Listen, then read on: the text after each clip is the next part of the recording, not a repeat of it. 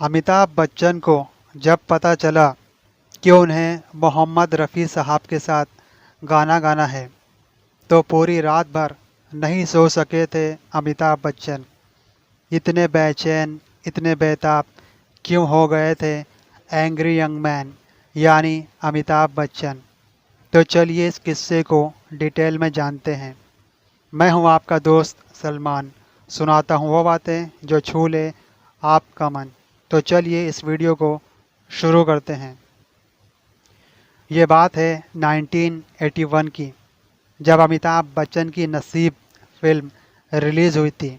ये वही फिल्म थी जिसमें अमिताभ बच्चन के साथ ऋषि कपूर, शत्रुघ्न सिन्हा, परान, कादर खान, अमजद खान, हेमा मालिनी, प्रेम चोपड़ा, रंजीत, अमरीश पुरी, रीना रॉय जैसे बेहतरीन कलाकार भी शामिल थे।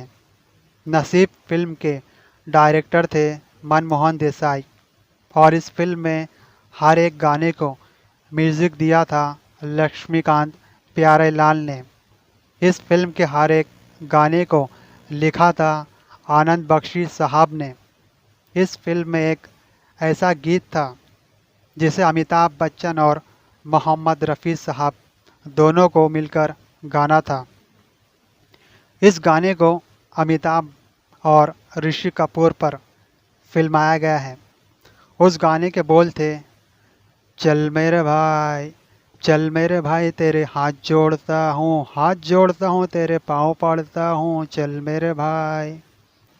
तब अमिताभ बच्चन अपनी भारी आवाज़ में गाते हैं, तू जाने मन है जाने जिगर है, तेरे लिए जान भी हाजिर है।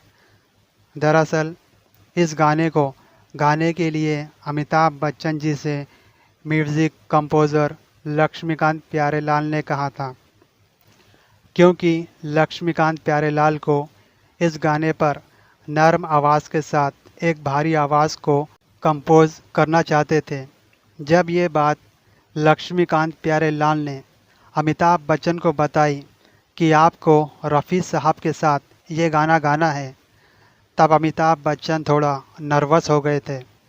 अमिताभ ने इस गाने को गाने के लिए लक्ष्मीकांत प्यारेलाल से हाँ तो कह दिया था, मगर इस गाने की फ़िक्र में अमिताभ बच्चन रात भर सो नहीं सके थे।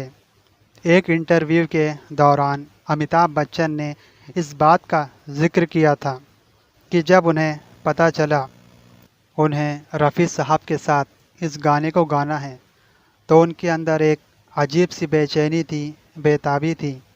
वो पूरी रात यही बात सोचते रहे कि आखिर इतने महान सिंगर के साथ मैं अपनी आवाज़ कैसे मिलाऊंगा। पूरी रात अमिताभ बच्चन ने जागते हुए गुजार दी। फिर सुबह होते ही अमिताभ बच्चन साहब स्टूडियो पहुंच गए।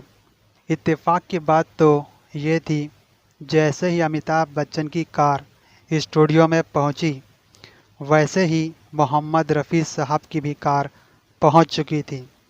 दरअसल मोहम्मद रफ़ी साहब वक्त के बहुत पाबंद थे, इसलिए लक्ष्मीकांत प्यारेलाल के बताए हुए समय पर रफ़ी साहब स्टूडियो पहुंच चुके थे और लक्ष्मीकांत प्यारेलाल ने स्ट्रिक्टली अमिताभ बच्चन से भी कहा था कि रफ़ी साहब टाइम के बहुत पक्के हैं, इसलिए तुम भी टाइम पर स्टूडियो पहुंच जाना। इसलिए अमिताभ बच्चन भी सेम टाइम पर पहुंच गए थे। फिर रिकॉर्डिंग स्टूडियो में रफ़ी साहब ने देखा अमिताभ बच्चन के चेहरे का रंग उड़ा हुआ है, वो किसी टेंशन में नज़र आ रहे हैं। तब रफ़ी साहब ने अमिताभ बच्चन से घबराहट की वजह पूछी। तब अमिताभ ने रफ़ी साहब से कहा, दरअसल रफ़ी साहब, मैं आपके गाने 10 साल की उम्र से सुनता चला आ रहा हूँ, मगर आज मुझे आपके साथ गाना गाने का मौका मिला है, तो इस बात से मेरे अंदर बेचैनी है कि आपकी आवाज़ के साथ मैं अपनी आवाज़ को कैसे मिलाऊंगा। तब रफ़ी साहब अमिताभ बच्चन की हौसला अफजाई करते हुए कहते हैं, अमित, तुम ये मत सोचो कि तुम किसी महान शख्सियत के साथ गा रहे हो, बल्कि ये सोचो कि जो तुम्हारे सामने खड़ा है वो बिल्कुल तुम्हारी ही तरह एक आम इंसान है। तब जाकर ये गाना बना था अमिताभ बच्चन साहब के लिए गोल्डन ईरा। यहाँ पर एक ज़बरदस्त शेर तो बनता है दोस्तों, तो चलिए इरशाद फरमाते हैं। आपके बोले हुए अल्फाज मेरी ज़िंदगी के कामयाबी के राज बन गए। आपके बोले हुए अल्फाज मेरी ज़िंदगी के कामयाबी के राज बन गए। जब मेरी आवाज़ आपके साथ मिली, जब मेरी आवाज़ आपके साथ मिली तो मेरे लिए वो लफ्ज़ यादगार बन गए। कहते हैं कि ये गाना फिल्म के रिलीज़ होने से पहले ही सुपरहिट हो गया था। इसी गाने से नसीब फिल्म की प्रमोशन भी ज़ोरों शोरों में हो रही थी। 1981 के ज़माने में इस गाने की रिकॉर्डिंग की कैसेट कम से कम 10 लाख बिकी थी। इसी गाने के बाद अमिताभ बच्चन साहब की आवाज़ को भी एक अलग पहचान मिली थी।